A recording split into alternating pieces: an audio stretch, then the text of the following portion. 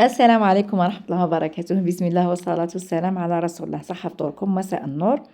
اليوم كيما طلبتوا مني راح نطلع لكم الوصفة تاع البقلاوة. رغم ضيق الوقت والله ما عندي الوقت، لكن ما نخلي حتى حاجة ان شاء الله في خاطركم. اللي تشوفوني طلعت على صفحتي على الفيسبوك راح ان شاء الله نعطيها لكم وما نطولش عليكم بالطلب تاعكم. الوصفة هذه بزاف هايلة ووصفة ناجحة مليار بالمية. راح نعطيكم الطريقة المعتمدة عندي تخدموها بدون آلة توريق، وكذلك سهلة وبسيطة تخدموها في رمشة عين. أنا كانت عندي طلبية هذه تاع مزيود راح نشاركها معكم. وكذلك بغيت نفكركم بواحد النوع تاع بقلاوة كنا نديروه زمان. هذه هي تاع الفيرميسيل ولا كل واحد واش يقول لها. تجي بزاف شابه وما تشدش في الوقت، ما تديش طبقات بزاف، كذلك وتجي شوفوا تجي كيوت ويعني تجي بزاف بنينه. شوفوا هنا كيف راهي تذوب ذوبان هذه البقلاوه. الحشو يجيكم معسل وطري. العجينة هذه شوفوا تبقى عندكم شهر، تبقى في نفس القرمشة وفي نفس البنة. وهذه الطريقة عطيتها لكم باش تفكروا ايامات زمان، وكذلك تنوضوا ديروها العيد. اكيد راح بعد ما عطيتها لكم راح تولي ترند وراح كامل يخدموها. بدون إطالة نروح نعطيكم المقادير وطريقة تحضير هذه الوصفة. أول حاجة عندي هنا الزبدة، أي زبدة خدموا بها ولا مارغرين، بشرط أنكم تذوبوها وتخلوها في المجمد حتى تبرد تماما. تقلعوا منها هذاك الماء، تخلصوا منها من ذاك الماء وتعاودوا تحموها شوية وتخدموا بها.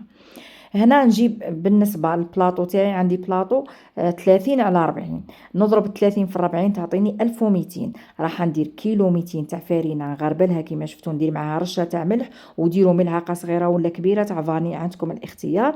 خلطوا النواشف مليحة. بالنسبة للمارغرين شوفوا بعد ما نتخلص من الماء عاد نوزنها ونذوبها المرة الثانية، نخليها يعني تكون ذايبة وباردة. راح عاد نوزنها 300 غرام. بالنسبة للكيلو 200 تاع فرينة تديكم 300 غرام تاع مارغرين ذايبة وباردة بدون ماء. شوفوا واش قلعت منها ماء، هذيك الكمية تاع 300 غرام. يعني مشي توزنوها في الاول تروحوا تقلعوا منها الماء، راح تجيكم ناقصه الكميه تاع المارغرين تاعكم. هنا نحتاج حبه بيض، ندي كيله ماهيش راح ذيك كيله تكفيني، لكن غير درت الماء المازهر خلطتهم عفوا ونبدا نخدم. هنا بعد ما خلطت النواشف راح نضيف المارغرين تاعي تكون بارده. اللي يخدموا بالسمن عادي يخدموا بالسمن تعطيكم نفس النتيجه. راح نبسسها مليح كما راكم تشوفوا كامل هذيك الكميه تاع الفرينه مع الزبده تاعي. راح ندير حفره في الوسط وندير كميه كما راكم تشوفوا تاع الماء، ندير فيها حبه البيض نحلها فيها ونبدا نلم في العجينه تاعي بهذه الطريقه. قلت لكم انا ما كفاتنيش راح نزيد الماء والمازهر حتى تتلم عندي، نتحصل العجينه تكون ما يابسه ما طريه باش تخدموا بها مليح. هنا تكون شاده روحها ما تكونش مطلوقه بزاف العجينه تاعكم. هذه كذلك اسيوس. هنا العجينه باش تخدموها نيشان نروحوا وزنوها بعد ما تخدموها، قسموها على نديروا حنايا 11 طبقه، 4 طبقات انا ندير تحت و7 الفوق. تقدروا تضاعفوا الطبقات ديروا يعني كثر. هذيك العجينه تاعي قسمتها على 11 عطاتني 180 غرام. كل قطعة هنا معناتها راها توزن 180. بغيتوا تضاعفوا الطبقات ديروا مثلا 7 تحت و7 الفوق، زيدوا نقصوا في الحجم تاع الكويرات، قسموا الكمية على 14 قطعة. هنا نخليها ترتاح على الأقل 4 سوايع ونبدأ نخدم فيها. أنا خدمتها الفجر ومن بعد 3 تاع العشية بديت نخدم فيها. الكاوكاو هنا عندي كيلو 200. أنا حمصتهم بقشورهم وطحنتهم. حمصوهم عادي كيما نحمصو الكاوكاو. ندير لهم كيلو 200 تاع كاوكاو، درت لهم 300 غرام سكر كريستاليزي، وندير معاهم ملعقه صغيره تاع قرفه. نكهو بها. تبغوا تستغنوا على القرفه لكن تجي روعه بها، يعني الوصفه التقليديه. ديروا لافاني.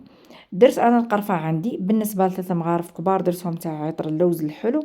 راح نخليه بجهه، منش راح نخلط الكاوكاو تاعي دروك حتى راح نديره كطبقه في البقلاوه بعد ما نخدم الطبقه الاولى تاع العجين في البلاطو تاعي. درت انا قلت لكم كيلو 200 مع ملعقه صغيره تاع قرفه. كيلو 200 كاوكاو بقشوره محمص ومطحون، درت معاه 300 غرام سكر. راح نخليهم بجهه، نخلطهم فقط ونخليهم بجهه. من بعد نضيف السوائل باش ما يبسش عندي الحشو. شوفوا البلاطو تاعي قلت لكم 30 على 40، كي تضربوا 30 في 40 تعطيكم 1200. معناتها كيلو 200 كاوكاو، كيلو 200 فرينه، كيلو 200 عسل. هذه هي القاعده، تضربوا الطول في العرض يعطيكم مقادير هذه 3 صوالح اللي راني قلتهم لكم. راح نحتاج هنا النشا، باش نورقها. وراح نحتاج كذلك المارغرين، كذلك ذوبتها وخليتها بردت، قلعت منها الماء كيما وريتكم قبيله وخدمت بها. ندهن البلاطو تاعي بكميه مليحه تاع مارغرين في الاسفل، ونبدا هنا ندير الكويرات تاعي، نحلهم على شكل مستطيل كي من هاك ولا مربع، شويه كبروهم باش يساعدوكم في الخدمه. راح نستعين بالمايزينا، ندير من الاسفل ومن الاعلى نحل، ندير بهذه الطريقه، ومن بعد بين الطبقات ندير المايزينا. اللي يقول لكم المايزينا راح ولا نجا راح يبس لكم العجينه، انا نقول لكم راني في سنوات نخدم بهذه الطريقه. البقلاوه تاعي سقسوا عليها اللي بغيتو، ما شاء الله مانيش نشكر في روحي، ولكن من اروع الوصفات اللي نخدمها هذه هي. نكمل 4 طبقات كما راكم تشوفوا ونديرهم فوق بعضهم. راح نخلي 4 طبقات هذوك الوالا بنفس الطريقه يرتاحوا، بين ما نخدم 7 طبقات اللي يجوا من الاعلى. تقدروا هذوك 7 طبقات اللي من الاعلى تخدموا 3 وحدهم و4 وحدهم. بالنسبه للمبتدئين انا موالفه نخدمهم مباشره 7 فوق بعضهم، يجوني ما شاء الله. ديروا كميه مليحه تاع نشا بيناتهم. راح نتخلص كامل من هذيك الكميه تاع نشا الزائده، دوك تشوفوا معايا مش راح نحتاجوها كامل، راح نتخلصوا منها، لكن تعطيكم طريقه بزاف مليحه واحسن ملي تخدموها بالماشينه. بعد ما كملت 7 قطع هذوك نخليهم يرتاحوا، ونروح نجيب هذوك 4 طبقات اللي كنت خليتهم ارتاحوا، نبدا نحل فيهم. ضغطوا عليهم في الوسط وجيبوا من الوسط وبداو تحلوا، ما تجيبوش من الاطراف. وكل مره قلبوا العجينه باش ما تحلوش يجيكم جهه بجهه، باش ما تخرجكم جهه بجهه. يعني كل مره قلبوا الطبقه على الجهه المغايره وحلوها. شوفوا هنا تقلعوا الطبقات عادي. هنا شويه صغرت الطبقات، راح نعاود نحلهم على خاطر الاولى درتها شويه ناقصه. راح نديرها وندير عليها السمن كيما راكم تشوفوا باش نزيد الطبقه اللي موراها. انا هنايا دوك نزيد نحلهم شويه. شوفوا نكبرهم، شوفوا هنا كيفاش يتحلوا، يعني ولا اسهل ولا اروع، يعني تخدموهم بسهوله. وراكم تشوفوني راني ننفض العجينه، نتخلص من الزوائد تاع النشا. شوفوا هنا راح ندير بين كل طبقه وطبقه شويه تاع مارغرين بهذه الطريقه، يعني ما تكثروش. شوفوا هنا العجينه تجي ما شاء الله، يعني تتحكموا فيها كيما تبغوا، ما تتقطع. ما شاء الله هذه العجينه راح تعتمدوها. على بالي هذه الوصفه تاع البقلاوه عجينه رائعه، يعني تخلوها قلت لكم تريح غير ما تباتش كاع وتخدموا بها عادي. نخدم بهذه الطريقه حتى نكمل 4 طبقات تاوعي. شوفوا كيفاش راني نتخلص من النشا، يعني نخبط العجينه مليح، ننفضها مليح مليح. شوفوا كي نحطها ما تكونش فيها كميه تاع نشا. ان شاء الله تكونوا راكم فاهميني وسمحوا لي راني نهضر بزاف غير باش نوضح لكم. راح هنا الطبقه الرابعه ما نديرلهاش الزبده، راح ندير فيها الكاوكاو كما راكم تشوفوا ولا الحشو. هنا نضيف عطر اللوز ونضيف الماء والمازار كما راكم تشوفوا بالتدريج. هنا نفتلها، لازم تقعد مفتوله بهذه الطريقه، ما ديروهاش معجنه ولا تبلوها بزاف. هنا لازم تخلوها بهذه الطريقه كما راكم تشوفوا فيها تقريبا ناشفه. راح نوزعها كامل، وهنا تحسوا بالكف تاع يدكم بعدها حلوا يدكم على كامل البلاطو تاعكم. البلاصه اللي تلقاو فيه الفارغ ادوا له من جهه واحده اخرى وساووا كامل السطح تاعكم. ندي هنا شويه تاع المارغرين نرشها بهذه الطريقه. هنا تديكم حوالي 4 مغارف ولا 5. رشوها غير بالبانسو هذاك وخلوها بجهه. نروح نفس الطريقه. شوفوا هنا كل مره نقلب العجينه ونحلها باش يخرجوا لي الاطراف متساويين ولا القطع متساويين. كي نحلهم حلوا من الوسط وطلعوا ولا هبطوا يعني عادي. هنا نقيس البلاطو تاعي على العجينه ونبدا نخدم في الطبقات تاعي بنفس الطريقه. هنا شوفوا كيفاش ننفض العجينه. راح ندير كذلك السمن ولا ورقوا بالمارغرين عادي اللي خدمتوا بها في الاول. هنا نتخلص كامل كيما راكم تشوفوا من نشا. شوفوا العجينه ما شاء الله، يعني كيما ديروا لها ما تتقطعش. شوفوا كي راني نكسل فيها، يعني روعه هاد العجينه. نخدم بهذه الطريقه. شوفوا البلاطو الصغير هذاك خدمته غير بليشيت اللي بقاو لي من هذا يعني العجينه. هنا البلايص اللي تلقاو فيهم هذيك الفقاعات الهوائيه ولا العجينه تاعكم منتفخه، ماذا بكم تثقبوهم بالشوكه باش من بعدها ما يديروا لكمش ما يتنفخوا لكمش في الفرن ويديروا لكم هذوك الفقاعات. راح نكمل كامل بهذه الطريقه اللي راكم تشوفوا فيها ونثقبها. يعني تخدموها فرمشة عين هذه البقلاوه، ما كاش اسهل منها، وما كاش وحده تقول لي درتها وما نجحتليش، ولا ما كان ولا البقلاوه صعبه، مستحيل. نخدمها بهذه الطريقه، ان شاء الله كامل تجربوها وتنجحوا فيها في هذا العيد يا رب. هنا المقدار قلت لكم نتوما البلاطو راني عطيت لكم كيفاش تحسبوه، انا درت هذا 30 على 40، تقدروا ديروا اصغر منه، اعطاني 62 حبه هذا البلاطو.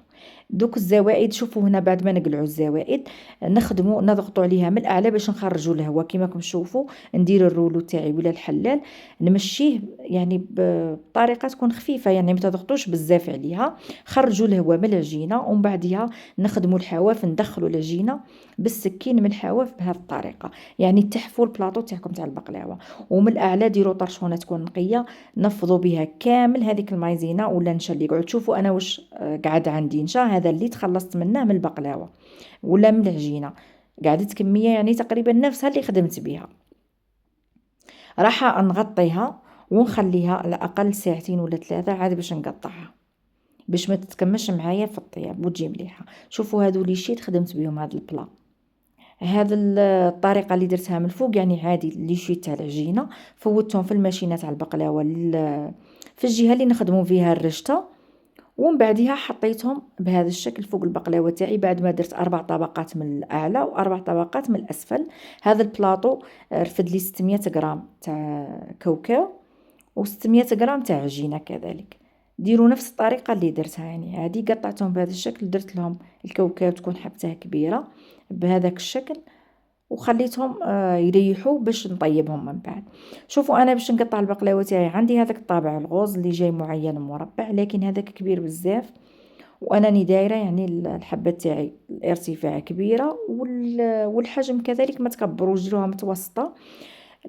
بالنسبه لهذه المسطره زدت عليها غير شويه يعني وقطعت بهذه الطريقه، قلت لكم تعطيكم 62 حبه. شوفوا الحبه تجي ما شاء الله متحوفه، ما هي كبيره ما هي صغيره. هنا بعد ما ارتحت عندي البقلاوه خليتها تبات، الصباح هنا الفجر قعدت نطيب فيها. درت لها هنا هذه درت لها غير المارغرين في الوجه ودخلتها الطيب. هذه بزاف يجي شكلها شباب قلت لكم، وكذلك ماهيش متعبه في الخدمه تاعها. هنا بعد ما طيبتها هنا مده ساعه كامله حتى تحمرت عندي. ندير لها كذلك 600 غرام تاع عسل نعسلها ونخليها تتشرب. انا هنا خليتها كذلك وقت طويل وهي تتشرب حتى حكمت روحها عاد باش قطعتها. بالنسبه للبلاطو الثاني كذلك بعد ما ارتاح هنا باش تجيكم البقلاوه تاعكم مورقه راح نعطيكم كذلك سر. شوفوا هذه هي فاش فوت هنا العجينه تاعي، انا ما صورت لكمش على خاطر الفيديو بزاف جاني فيه اكثر من ساعه. ديروا هنا السمن وحده مع شويه تاع زيت حوالي 4 مغارف ولا، ونطلوا الوجه. هذه الطريقه تورق لكم البقلاوه تاعكم مليح وكذلك يجي اللون تاعها رائع. هذا السر تاع الوجه باش تعطيكم الوجه شباب البقلاوه تاعكم، ما ديروش المارغرين. شوفوا كي جات مورقه جات ما شاء الله وجات طايبه هايله. هنا نعسلها كذلك ندير كيلو 200 تاع العسل ما ديروا له حتى اضافه باش تبقى البقلاوه تاعكم مقرمشه لمده طويله وتبقى كذلك شاده روحها. هنا بعد ما نشربها وندير لها العسل نخليها كذلك ترتاح مده، انا خليتها باتت والغدوه من ذاك بديت نقطع فيها. هنا غير باش نصور لكم قطعتها لكم في الاول كيما شفتوا. هنا باش ندير القرقاع تاعي ديروا اي مكسرات، كانت هذه طلبيه الزبونه هذا النوع تاع البقلاوه. درت لها القرقاع، درت شويه تاع عسل مع شويه تاع جلوكوز، درت ملعقه كبيره تاع جلوكوز ذوبتهم وبديت نغطس في القرقاع عندي وخليته فوق حبه البقلاوه راح تلصق مش راح تطير معاكم، وكذلك راح تجي تلمع كيما عطيت لكم هاد لاستيس في الدزيريات في الفيديو اللي قبل. كانت هذه هي البقلاوه تاعي، راح نوريكم الطلبيه كامله. هذه هي الطلبيه تاعي، كانت طلبيه تاع مزيود. نقول لزبونتي الف مبروك ويتربى في عزكم والله يشافيك ان شاء الله. هذا المقروض كذلك شاركتها معاكم، مقروض بريستيج يجي بزاف شباب، جربوه راني مخليت لكم الوصف في القناه، والكعكات راني مشاركتهم معاكم. فقط كل مره نبدل غير الديكور، انا الكعكات تاوعي جامي بدلت يعني الوصفه تاعي. وكان هذا الكاطو كذلك محشي بزاف شباب. راح نعطيكم كذلك الوصفه تاعه ان شاء الله بعد هذا الفيديو. كعاد هنا يعني حساب التزيين، ودائما يكون حساب طلب الزبونه. كانت هذه هي الطربيه، ان شاء الله تكون عجبتكم. ما عليا نقول لكم الا تهلاو في رواحكم، وان شاء الله تجربوا البقلاوه وتخلوا لي تطبيقاتكم ورايكم في التعليقات. بالنسبه كامل لي كومونتير اللي وصلوني على البقلاوه نقول لكم يعطيكم الصحه. ها هي الوصفه تاع البقلاوه، ما عليكم الا البارطاج وتهلاو جامو كومونتير لا فيديو. وصحه سحوركم، ومع السلامه في وصفه اخرى ان شاء الله.